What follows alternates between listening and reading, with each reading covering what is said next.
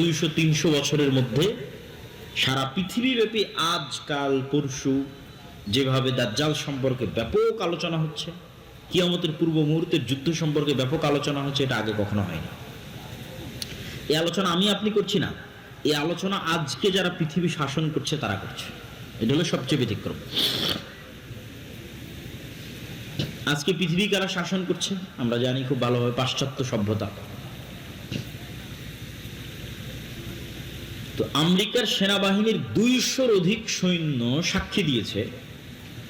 বিস্তারিত বাংলাদেশের প্রথম আলোতে রিপোর্ট হয়েছে যে আমেরিকা ইসরায়েল ইরান যুদ্ধ দাজ্জাল তত্ত্বে মোড়ানো, হেডিং এবং ডিটেইলস, ওখানে অনেক ডকুমেন্টস তুলে ধরা আছে এগুলোর উপর। এমনি ইন্টারন্যাশনালি তো অনেক জায়গায় আলোচনা হচ্ছে। তো আমেরিকার 200-র অধিক সৈন্য সাক্ষী দিয়েছে যে তাদেরকে মোটিভেট করা হচ্ছে এই যুদ্ধের জন্য, এটা বলে যে এটা বাইবেলে প্রতিশ্রুত শেষ জামানার যুদ্ধ আমরা শুরু করছি। বাইবেলে শেষ জামানার যুদ্ধকে বলা আছে আরমাগেড্ডন। এটা ইসরায়েলের একটা পাহাড়ের নামে নামকরণ করা। আমরা সেই শেষ জামানার যুদ্ধ শুরু করছি এই মর্মে আমেরিকার সেনাবাহিনীরা সাক্ষ্য দিচ্ছে। কেন শেষ জামানার যুদ্ধ শুরু করতেছে? খ্রিস্টানদের মধ্যে একদল খ্রিস্টান আছে, জায়নিস্ট খ্রিস্টান, ইভ্যাঞ্জেলিক্যাল খ্রিস্টিয়ান। দেখেন, খ্রিস্টান এবং ইহুদিদের মধ্যে যে শত্রুতা, এটা আমাদের চেয়ে বেশি। স্পেনে মুসলমানেরা ইহুদিদের আশ্রয় দিয়েছে, আর খ্রিস্টানরা ধরে ধরে ইহুদিদের হত্যা করত। কেন শত্রুতা বেশি? আপনি চিন্তা করেন যে কোন একটা জাতি আমাদের নবী মুহাম্মদ সাল্লাল্লাহু আলাইহি ওয়াসাল্লামকে হত্যা করেছে, আমি বিশ্বাস করি ও আমার নবীকে হত্যা করেছে, সে বিশ্বাস করে ওর নবী অবৈধ, মানে জারজ সন্তান, নাউজুবিল্লাহি মিন যালিক। তাহলে ওদের মধ্যে কি পরিমাণ শত্রুতা হতে পারে? খ্রিস্টানরা বিশ্বাস করে ইহুদিরা আমাদের নবীকে হত্যা করেছে, আর ইহুদিরা বিশ্বাস করে মারিয়াম আলাইহিস সালাতু ওয়াস সালাম ব্যভিচারিণী আর তার সন্তান ঈসা আলাইহিস সালাতু ওয়াস সালাম জারজ সন্তান, নাউজুবিল্লাহি মিন যালিক। তাহলে আমাদের সাথে তাদের শত্রুতা হবে না ইহুদি খ্রিস্টানদের ওদের মধ্যে বেশি শত্রুতা হবে? ওদের মধ্যে বেশি শত্রুতা। সেখানে আজকে তারা এরকম বন্ধু হয়ে গেল, এটা তো অসম্ভব। পৃথিবীর ইতিহাসে কোনোদিন হয়নি। এখনকার পূর্বে পৃথিবীর ইতিহাসে কোনোদিন হয়নি। হিটলার 60 লক্ষ ইহুদিকে হত্যা করেছে, হিটলার খ্রিস্টান। এটা হওয়ার পিছনে যে বিশ্লেষণগুলো তুলে ধরা আছে, সেই বিশ্লেষণ হচ্ছে বাইবেলের প্রতিশ্রুতি অনুযায়ী ঈসা আলাইহিস সালাতু ওয়াস সালাম পুনরায় পৃথিবীতে আসবে, তথা খ্রিস্টানদের বিশ্বাস অনুযায়ী ঈসা আলাইহিস সালাম পুনরায় পৃথিবীতে আসবেন, মারা গেছেন কিন্তু আবার আল্লাহ তাকে পাঠাবেন। আর মুসলমানদের বিশ্বাস অনুযায়ী তিনি মারাই যাননি, তাকে জীবিত অবস্থায় উঠানো হয়েছে, তিনি আবার পৃথিবীতে আসবেন। সমস্যা হচ্ছে খ্রিস্টানরা বিশ্বাস করে যে ঈসা আলাইহিস সালাতু ওয়াস সালাম তখনই পৃথিবীতে আসবেন যখন ইহুদিদের মাসিহা আসবে। আমাদের মাসিহা তখন আসবে যখন ইহুদিদের মাসিহা আসবে। তাহলে মাসিহা সবার, মুসলমানেরাও মাসিহার অপেক্ষায়, খ্রিস্টানেরাও মাসিহের অপেক্ষায়, ইহুদিরাও মাসিহের অপেক্ষায়। তাহলে ইহুদিদের মাসিহকে, খ্রিস্টানদের মাসিহকে, মুসলমানদের মাসিহকে। মাসিহ মানে বিপদ থেকে উদ্ধারকারী। এই জন্য দাজ্জালের নামও মাসিহ দাজ্জাল, ঈসা আলাইহিস সালামের নামও ঈসা মাসিহ। তাহলে মাসিহুদ দাজ্জাল, ঈসা মাসিহ, দুইজনই মাসিহ, বিপদ থেকে উদ্ধারকারী।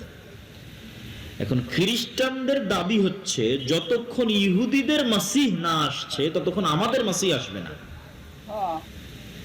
ইহুদিদের মাসিহ হচ্ছে মাসিহুদ দাজ্জাল। তাহলে ইহুদিদের মাসিহুদ দাজ্জাল যতক্ষণ না আসবে ততক্ষণ খ্রিস্টানদের মাসিহ ঈসা মাসিহ পৃথিবীতে আসবে না। এবার তাহলে পরের পয়েন্টে চলে আসি, ইহুদিদের মাসিহুদ দাজ্জাল কখন আসবে? খ্রিস্টানদের বিশ্বাস হচ্ছে ততক্ষণ ইহুদিদের মাসিহুদ দাজ্জাল আসবে না যতক্ষণ না আমরা ইহুদিদেরকে জেরুজালেমে বসবাসের ব্যবস্থা না করে দিতে পারবো। পৃথিবীর সব ইহুদিদেরকে যেই দিন আমরা জেরুজালেমে বসবাসের ব্যবস্থা করে দিতে পারবো, ইহুদিরা যেই দিন মসজিদে আকসা ভেঙ্গে এখানে হাইকালে সুলাইমানির উপর থার্ড টেম্পল তৈরি করবে, সেই দিন মাসিহাদ দাজ্জাল আসবে।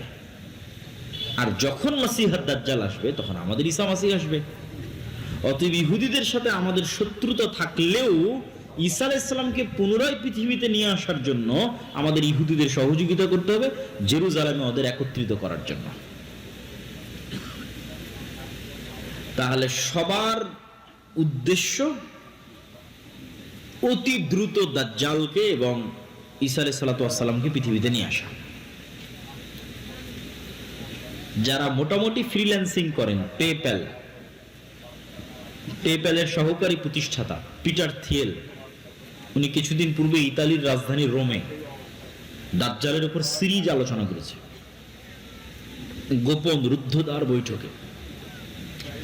তারা দাজ্জালকে বলে এন্টিক্রাইস্ট, আমরা বলি দাজ্জাল, তারা বলে এন্টিক্রাইস্ট। এবং বর্তমান আমেরিকার যিনি প্রতিরক্ষা মন্ত্রী হেগসেথ, প্রতিরক্ষা মন্ত্রণালয়ের নাম চেঞ্জ করে দিয়েছে আমেরিকা, এটার নাম দিয়েছে যুদ্ধ মন্ত্রণালয়, যুদ্ধমন্ত্রী। তাহলে বর্তমান যিনি আমেরিকার যুদ্ধমন্ত্রী, তার আপনারা গুগলে সার্চ দিলে পাবেন, তার বাহুতে কাফের লেখা আছে আরবিতে, ও নিজে ট্যাটু করেছে। কাফের শব্দটা আরবিতে নিজে ট্যাটু করেছে তার শরীরে। যে কোনো মুসলমান দেখলে তো চমকে যাবে, আরে বাবা, রাসূল সাল্লাল্লাহু আলাইহি ওয়াসাল্লাম বলতো দাজ্জালের কপালে কাফের লেখা থাকবে, কিন্তু মানুষ তার শরীরে কাফের লিখে রেখেছে। তো এখন পৃথিবীতে যে বিষয়গুলো নিয়ে আলোচনা হচ্ছে এবং যে ধরনের পরিবেশ পরিস্থিতি চলতেছে, এগুলো অ্যাবনর্মাল, অস্বাভাবিক। এবং এই অস্বাভাবিকত্ব ধীরে ধীরে হলেও সামনে বাড়বে, খুব দ্রুতও সামনে বাড়তে পারে। তো দাজ্জালের ফিতনা সম্পর্কে রাসূল সাল্লাল্লাহু আলাইহি ওয়াসাল্লাম বলছেন যে সব ধন সম্পদ, আসমানের বৃষ্টির মালিকানা আর জমিনের ফসল উৎপাদনের মালিকানা সব থাকবে দাজ্জালের একচ্ছত্র আধিপত্যে। যে দাজ্জালের উপর ঈমান আনবে তাকে দেওয়া হবে, যে ঈমান আনবে না তাকে দেওয়া হবে না। এর চাইতে ভয়ঙ্কর ফিতনা পৃথিবীতে আর কোনোদিন যায়নি। তাহলে এখন আপনি চিন্তা করেন যে আজকে আমরা কাশিম বাজারে যে পেট্রোল পাম্পে তেল দেওয়া হবে শুনে সারা গাড়ির সেখানে লাইন হয়েছে তেল দেওয়া হবে মর্মে। কালকে আপনাকে বলা হলো যে বিদ্যুৎ অফ, নাই বিদ্যুৎ, কিন্তু বাংলাদেশের তো নিজের তেল নাই, নিজের গ্যাস অত নাই। বাহিরের দেশ বিদ্যুৎ তেল দিলেই বাংলাদেশে বিদ্যুৎ চলছে। তাহলে তোমার বিদ্যুৎ অফ, তোমার গাড়িতে তেল অফ। আচ্ছা, আজকে যদি বিদ্যুৎ অফ হয় 2 দিনের মধ্যে সব মোবাইল বন্ধ হয়ে যাবে, সব মোবাইল সব কম্পিউটার বন্ধ হয়ে যাবে। তাহলে আমরা 1 সেকেন্ডে 100 বছর পূর্বে ফিরে যাব। আজ থেকে 100 বছর পূর্বে তানোর ওই গরুর গাড়ি চলতো, সেই গরুর গাড়ি অথবা সাইকেল অথবা ঠেলা গাড়ি অথবা পায়ে হেঁটে। এখন আপনাকে বলা হচ্ছে যে ঠিক আছে, তোমাকে তেলও দেওয়া হবে, বিদ্যুৎও দেওয়া হবে, সব দেওয়া হবে, দাজ্জালকে মানো। আপনি চিন্তা করেন যে আপনি এখন বসে চিন্তা করেন যে এই ফিতনা কি ভয়ঙ্কর হতে পারে। এটাই ঘটবে আমি সেটা বলছি না, কোরআন এবং হাদিসে তো এর চেয়ে ভয়ঙ্করটা বলা আছে যে আকাশে বৃষ্টি বর্ষণ করবে। এই তেল তো সামান্য কিছু। যে অঞ্চলের মানুষ দাজ্জালের উপর ঈমান আনয়ন করবে না, ওই অঞ্চলের মাটিতে গাছ হবে না, ধান হবে না। জমিন দাজ্জালের কথা শুনে উৎপাদন বন্ধ করে দিবে, আসমান দাজ্জালের কথা শুনে বৃষ্টি বর্ষণ বন্ধ করে দিবে। এই ক্ষমতা আল্লাহই দাজ্জালকে দিবে। হবে বৃষ্টি, হবে ফসলও হবে, দাজ্জালের প্রতি ঈমান আনয়ন করে। এখন আপনি চিন্তা করেন, যার ন্যূনতম অবৈধ সম্পদের উপর লোভ আছে এবং যার পরকালের উপর অগাধ আস্থা ও ইয়াকিন নাই, সে কি ফিতনা থেকে বাঁচতে পারবে? কোনো সুযোগ নেই। যার 1 টাকার প্রতি অবৈধভাবে ইনকামের ইচ্ছা আছে, যে লোভ সামলাতে পারে না, যে এই 1 টাকা আসবে, এটা আমি একটু অবৈধভাবে ইনকাম করিনি, এই লোভ যে সামলাতে পারে না, এই দাজ্জালের এই লোভ সামলাতে পারবে না, ঈমান বিক্রি করে দেবে। আর একটা কি বলেছি, পরকালের উপর অগাধ আস্থা। মানে আপনি কিসের আশায় দাজ্জালের বৃষ্টিও নিবেন না, দাজ্জালের ফসলও নিবেন না, দুর্ভিক্ষে না খেয়ে মারা যাবেন কিসের আশায়? পরকালে জান্নাতের আশায়। যে চোখে জান্নাত দেখতে পায় না ও এটার উপর টিকে থাকতে পারবে না। ওই যে আসহাবুল উখদুদের ঘটনা আল্লাহ সুবহানাহু ওয়া তাআলা কোরআন মাজিদে বলেছে যে আসহাবুল উখদুদকে বলা হলো ঈমান ত্যাগ করো, না হয় আগুনে ঝাঁপিয়ে পড়ো। তো মা তার কোলের শিশু সহ আগুনের মধ্যে ঢুকে গেছে। আপনি বলেন এই মানুষগুলোর পক্ষে ওই আগুনে ঢোকা তখনই সম্ভব যখন ওই আগুনের মধ্যে ওরা জান্নাত দেখতে পেয়েছে। যে আমরা আগুনে ঢুকছি না জান্নাতে ঢুকছি? বলেন, আগুনে ঢুকছে না জান্নাতে ঢুকছে? জান্নাতে ঢুকছে। ও যদি মনে করে আমি আগুনে ঢুকছি, ঢুকতে পারবে না, সম্ভব না। আর যখন মনে করেছে আমি আগুন থেকে বের হয়ে আমার বাড়িতে ফিরে যে আরামে ছেলে মেয়ে নিয়ে থাকি, তখন মনে করছে যে আমার বাড়িতে তো জাহান্নামের আগুন জ্বলছে, মানে কেমনে ফিরে যায়? তাহলে সামনে জান্নাত, পিছনে জাহান্নামের আগুন, কোনটা আমি অ্যাকসেপ্ট করব? এই পরকালের উপর এই মাত্রার ইয়াকিন যতক্ষণ আপনার না আসবে, আপনি ঈমান নিয়ে এই পৃথিবীতে টিকতে পারবেন না। আল্লাহর পথে যাত্রা বইটা শুধু এই জন্যই লেখা, নতুন যে বইটা আমার লেখা, যে মানুষের ঈমানকে মজবুত করা। ঈমানই মানুষের সম্বল। আল্লাহর ক্ষমতা ও শক্তির প্রতি ঈমান, পরকালের প্রতি অগাধ আস্থা, অগাধ বিশ্বাস, এটা ছাড়া বাঁচার কোনো রাস্তা নেই। এই একই কথা রাসূল সাল্লাল্লাহু আলাইহি ওয়াসাল্লাম বলতেছে যে দাজ্জালের জান্নাত হবে জাহান্নাম, আর দাজ্জালের জাহান্নাম হবে জান্নাত। সেম কথা যা আসহাবুল উখদুদের সাথে ঘটেছে। সূরা বুরুজের মধ্যে আল্লাহ সুবহানাহু ওয়া তাআলা বলেছে। তাহলে এই ফিতনার একটা আলামত অন্তত আপনি দেখতে পাচ্ছেন যে আপনার বাড়ি এবং ঘরে পৌঁছে গেছে। এটা বাড়তেও পারে, হয়তো ধীরে বাড়বে, নয় দ্রুত বাড়বে। তো কিয়ামতের পূর্ব মুহূর্তে রাসূলুল্লাহ সাল্লাল্লাহু আলাইহি ওয়াসাল্লাম বলছেন যে আমার এবং কিয়ামতের মধ্যে তোমরা কয়েকটা জিনিসকে গণনা করে রাখো। 1 নাম্বার আমার মৃত্যু, 2 নাম্বার মসজিদে আকসার বিজয়, 3 নাম্বার ভয়াবহ মহামারী। এখন কোন মহামারী, এটা নিয়ে আলেমদের মধ্যে মতভেদ আছে। উমর রাদিয়াল্লাহু তাআলার জীবদ্দশাতে সিরিয়াতে একটা ভয়ঙ্কর মহামারী হয়েছিল।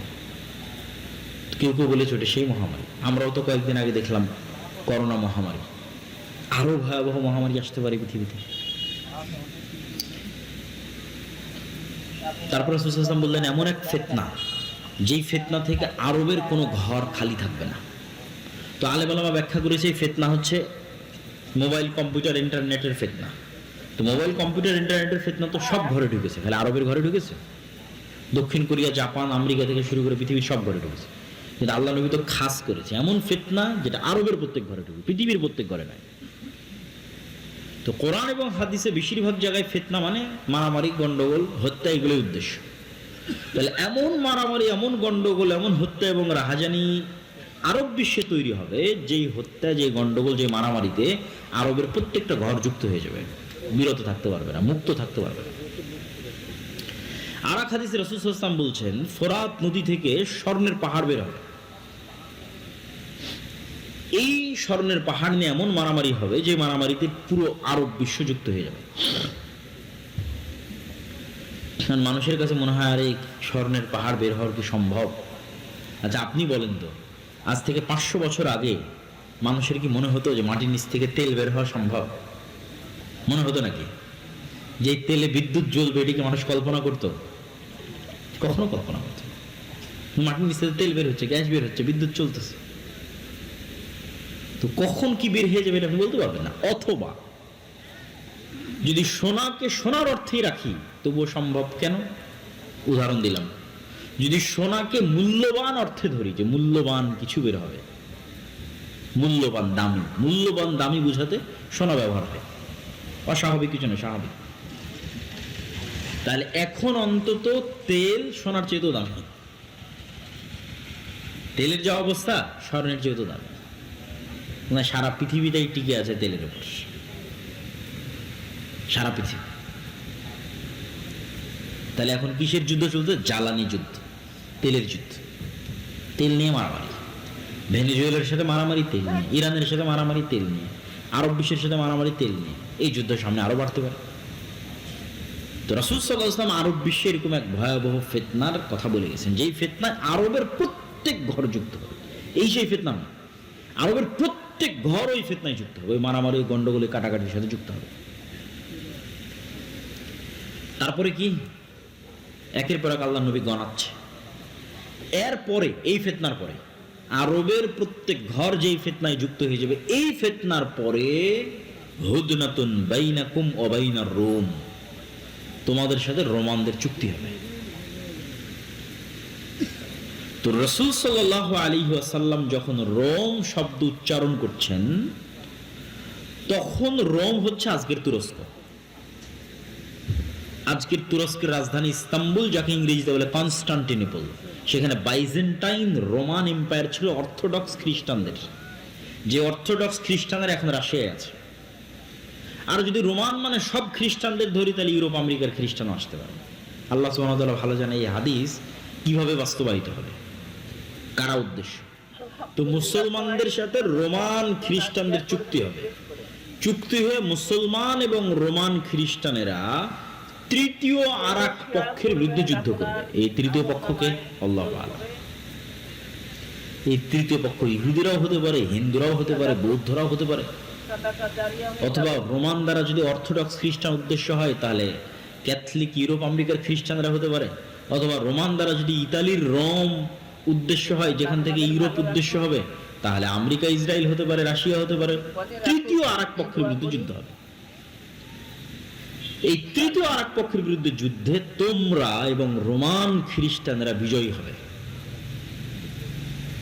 বিজয় হওয়ার পর কেউ একজন ক্রুশকে উঁচিয়ে ধরে বলবে যে এই ক্রুশের কারণে, যে ক্রস চিহ্ন পাদ্রীদের গলায় থাকে, এইটার কারণে আমরা বিজয়ী হয়েছি। তখন এক মুসলমান উঠে ক্রুশটা ভেঙে দেবে যে আল্লাহর সাহায্যে আমরা বিজয়ী হয়েছি। ক্রুশ ভাঙার কারণে তর্ক বিতর্ক, গন্ডগোল, মারামারি, যুদ্ধ, মুসলমান আর খ্রিস্টান মুখোমুখি হয়ে যাবে, যারা কিছুক্ষণ আগে চুক্তিতে ছিল। চুক্তি হয়ে আর এক তৃতীয় পক্ষের বিরুদ্ধে যুদ্ধ করেছে। আমার কেন জানি মনে হয় যে এই তৃতীয় পক্ষের বিরুদ্ধে যুদ্ধ ইহুদিদের সাথে হতে পারে। কেন? রাসূলুল্লাহ সাল্লাল্লাহু আলাইহি ওয়াসাল্লাম আর এক হাদিসে বলেছেন যে ইহুদিদেরকে এমন ভয়াবহভাবে মুসলমানেরা হত্যা করবে একটা যুদ্ধে, কিয়ামতের পূর্ব মুহূর্তে এমন ভয়াবহভাবে হত্যা করবে যে পাথর এবং গাছ পর্যন্ত কথা বলবে যে মুসলমান আসো, আমার কি বলার নাম, আমার পিছনে ইহুদি লুকিয়ে আছে, হত্যা করো। এই যে পাথর এবং গাছ কথা বলবে, এটার সাথে আর একটা জিনিস আপনাকে বলে রাখি। রাসূল সাল্লাল্লাহু আলাইহি ওয়াসাল্লাম বলছেন মানুষের স্যান্ডেলও কথা বলবে, মানুষের রানও কথা বলবে। আর একটা কি বলেছে রাসূল সাল্লাল্লাহু আলাইহি ওয়াসাল্লাম? দাব্বাতুল আরজ বের হবে, যে দাব্বাতুল আরজ হবে একটা জন্তু, একটা জানোয়ার, যে কথা বলবে মানুষের সাথে, জাসসাসা, গোয়েন্দা। যেই দাব্বাতুল আরজ তামিমাত দারির হাদিসে যখন দাজ্জালের সাথে দেখা করতে যায়, তখন দাজ্জালের প্রবেশ মুখে এক জন্তু, জানোয়ার দাঁড়িয়েছিল, যাকে হাদিসে বলা হয়েছে দাব্বাতুল আরজ, যার চেহারা কোন দিকে, পিছন কোন দিকে বোঝা যায়নি। তো ওকে জিজ্ঞেস করে সাহাবীরা, তুমি কিন্তু বলে আনাল জাসসাস, আমি হচ্ছে গোয়েন্দা। তো প্রাণী কথা বলতেছে। আর মানুষের মনে হতে পারে যে প্রাণী কেমনে কথা বলতে পারে, গাছ পাথর কেমনে কথা বলতে পারে। মানুষের তৈরি সৃষ্টি জীব কথা বলতেছে এখন, যদিও সৃষ্টির ক্ষমতা মানুষের নাই, মানুষের বানানো বলতে পারে। যেমন মানুষের বানানো এআই এবং এআই ভিত্তিক রোবট আপনার সাথে কথা বলছে না? বলছে না, বলছে। আপনি এখন চ্যাট জিপিটির সাথে কথা বলেন, কথা বলবে। এখন জেমিনির সাথে কথা বলেন, কথা বলবে। আপনি যা বলবেন সে উত্তর দেবে সাথে সাথে। এই এআই তো পৃথিবীকে, যেমন ইন্টারনেট পৃথিবীকে চেঞ্জ করে দিয়েছে, সামাজিক যোগাযোগ মাধ্যম পৃথিবীকে চেঞ্জ করে দিয়েছে, বিদ্যুৎ পৃথিবীকে চেঞ্জ করে দিয়েছে, এআই পৃথিবীকে চেঞ্জ করে দিচ্ছে। কোথায় গিয়ে ঠেকবে আল্লাহ সুবহানাহু ওয়া তাআলা ভালো জানেন। তাহলে মানুষের বানানো জিনিস মানুষের সাথে কথা বলতেছে বুদ্ধিমত্তার সাথে, সেখানে আল্লাহ সুবহানাহু ওয়া তাআলার জীব জন্তু জানোয়ার কথা বলবে না, এটা বিশ্বাস করা পাগলা, এটা বিশ্বাস করা বোকামি। তো ওই তৃতীয় পক্ষের যুদ্ধে ইহুদিদের সাথে হতে পারে, আল্লাহু আ'লাম। এবার তৃতীয় পক্ষের যুদ্ধের পর মুসলমান এবং খ্রিস্টানরা মুখোমুখি। এই যুদ্ধে রাসূলুল্লাহ সাল্লাল্লাহু আলাইহি ওয়াসাল্লাম বলছেন, এই যুদ্ধের ভিন্ন ভিন্ন অ্যাঙ্গেলে অনেক হাদিস আছে, আমি সবগুলো সারমর্ম বলতেছি আপনাকে, সব হাদিসের সারমর্ম। রাসূল সাল্লাল্লাহু আলাইহি ওয়াসাল্লাম আর এক হাদিসে বলতেছেন ততদিন পর্যন্ত কিয়ামত হবে না, যতদিন না আমার উম্মত রোমানদের বিরুদ্ধে যুদ্ধ করে আমাক এবং দাবেক নামক জায়গায়। এই জায়গা কোথায়? এই জায়গা হচ্ছে আজকের সিরিয়া, যেখানে তুরস্কের সীমান্তের সাথে মিলেছে। এখনকার সিরিয়ার সীমান্ত যেখানে তুরস্কের সীমান্তের সাথে মিলেছে, ইদলিব শহর, সেখানে এই নামে জায়গা আছে, বিশাল খোলা মাঠ, আমাক এবং দাবেক। ওই জায়গায় আমার উম্মত যতক্ষণ রোমান খ্রিস্টানদের বিরুদ্ধে যুদ্ধ না করছে ততদিন কিয়ামত হবে না। সেই দিন মুসলমানদের যুদ্ধের হেডকোয়ার্টার থাকবে দামেস্ক নগরীর গুতা নামক জায়গায়। এটা ওই যুদ্ধের কথাই বলা হচ্ছে, যেটা রোমানদের সাথে হবে। আর এক হাদিসে রাসূলুল্লাহ সাল্লাল্লাহু আলাইহি সাল্লাম বলছেন, ততদিন পর্যন্ত কিয়ামত হবে না যতদিন না আমার উম্মত বলেনি, ওখানে বলেছে ইসহাক আলাইহিস সালামের বংশের 70,000 সদস্য এমন এক শহরের বিরুদ্ধে যুদ্ধ না করে, যে শহরের এক পাশ সাগর এবং এক পাশ মাটি। তা আলেম ওলামা লিখেছে এই শহর হচ্ছে ইস্তাম্বুল, কুস্তুনতুনিয়া, কনস্টান্টিনোপল। তা আমার উম্মত যখন ওই ইসহাক আলাইহিস সালামের বংশের 70,000 মানুষ যখন ওই শহর বিজয়ে যাবে, তখন তাদের তরবারি চালানো লাগবে না, গুলি করা লাগবে না। তারা বলবে লা ইলাহা ইল্লাল্লাহ আল্লাহু আকবার, এটাতে শহর বিজয় হয়ে যাবে। লা ইলাহা ইল্লাল্লাহ এবং আল্লাহু আকবার আওয়াজ দিয়ে শহর বিজয় হবে। আর এক হাদিসে রাসূল সাল্লাল্লাহু আলাইহি ওয়াসাল্লাম বলছেন, অচিরেই কিয়ামতের পূর্ব মুহূর্তে এমন এক ভয়াবহ যুদ্ধ হবে যেটাতে রোমান এবং মুসলমানেরা মুখোমুখি হবে, যেটাতে রোমানেরা 80টি পতাকার অধীনে একত্রিত হবে। প্রত্যেক পতাকার অধীনে 12,000 করে সেনাবাহিনী থাকবে, প্রায় কাছাকাছি 10 লক্ষ পদাতিক যোদ্ধা নিয়ে তারা মুখোমুখি হবে মুসলমানদের। এই যুদ্ধে আমার উম্মত 3 ভাগে বিভক্ত হবে। এই যুদ্ধে অংশগ্রহণ করার জন্য মদিনা থেকে তৎকালীন বিশ্বের সর্বশ্রেষ্ঠ সন্তানেরা বের হয়ে আসবে। তৎকালীন বিশ্বের সবচেয়ে তাকওয়াবান, সবচেয়ে আল্লাহওয়ালা, সবচেয়ে পরহেজগার, সবচেয়ে পাকা মুমিন মুজাহিদ বের হয়ে আসবে মদিনা থেকে, যারা এই যুদ্ধে অংশগ্রহণ করবে। আমার উম্মত এই যুদ্ধে 3 ভাগে বিভক্ত হবে। 1 ভাগ পালিয়ে যাবে যুদ্ধের মাঠ থেকে, এরা এত বড় কবিরা গুনাহ করবে যে আল্লাহ কিয়ামত পর্যন্ত এদের ক্ষমা করবে না। আর 1 ভাগ মৃত্যুবরণ করবে, এরা পৃথিবীর সর্বশ্রেষ্ঠ শহীদ। আর 1 ভাগকে আল্লাহ বিজয় দান করবে। কিন্তু বিজয়ের কোনো আনন্দ থাকবে না। কেন বিজয়ের কোনো আনন্দ থাকবে না? এক বংশে যদি 100 সদস্য থাকে, 99 জন মারা যাবে, 1 জন বেঁচে থাকবে। এগুলো ভিন্ন ভিন্ন হাদিস রাসূলুল্লাহ বলেছেন, একই যুদ্ধের কথা আমি একত্রিত করে বলতেছি। পাখি যদি 1 মাস আকাশে উড়ে লাশের সারি শেষ করতে পারবে না, লাশের দুর্গন্ধ শেষ করতে না পারার কারণে পাখি পড়ে মারা যাবে। লাশের দুর্গন্ধ শেষ, এত